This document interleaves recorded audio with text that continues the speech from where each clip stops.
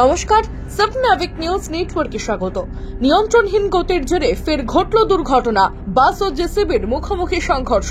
প্রাণহানির ঘটনা না ঘটলেও মৃত্যুর সঙ্গে পাঞ্জা লড়ছেন 3 জন যাত্রী।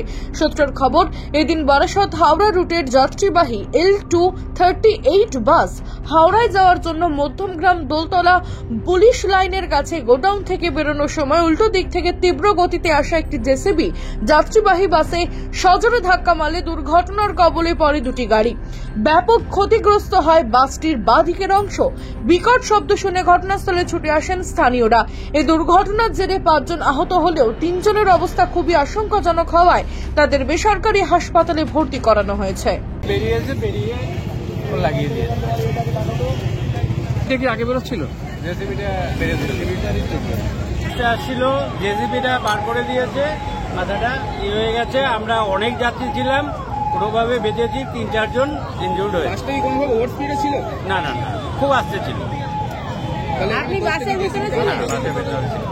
টোটাল 10টা জেসিবি। কতজন আক্রান্ত হয়েছে? 5 জনের উপরে।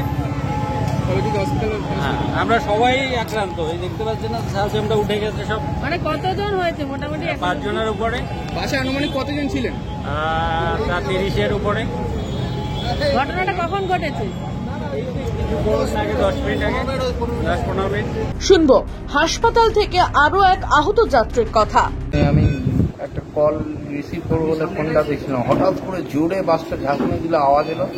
আমার কিছু বুঝে ওঠার আগেই আমি সিনিয়র সিজনের সিটটা থেকে ছিটকে গিয়ে ড্রাইভারের পিছন দিকে যে সিটটা থাকে, 2-1 যে বসে, ওর নিচে যে লোহার বেগটা থাকে ওইটা সজোরে আমার মাথার মধ্যে লাগলো। তারপরে খানিকক্ষণের জন্য পুরো চোখ মুখ অন্ধকার হয়ে গেল। তারপর আস্তে আস্তে চোখ খুলে যখন উঠলে আমাকে ধরাধরি করে করছে। আমার রুমালের মধ্যে রক্তে পুরো ভিজে গেছে, মাথা দিয়ে রক্ত পড়ছে। আপনি যাচ্ছেন কোথায়? হ্যাঁ, যাচ্ছেন? আমি যাচ্ছিলাম বাড়ির দিকে, বাগুইহাটির দিকে যাচ্ছিলাম। ঘটনাকে কেন্দ্র করে তীব্র চাঞ্চল্য ছড়ায় এলাকায়। খবর পেয়ে দোলতলা থানার পুলিশ এসে ঘাতক জেসিবির চালককে আটক করেছে। শান্তনু বিশ্বাস, সাবনাভিক নিউজ, মধ্যমগ্রাম।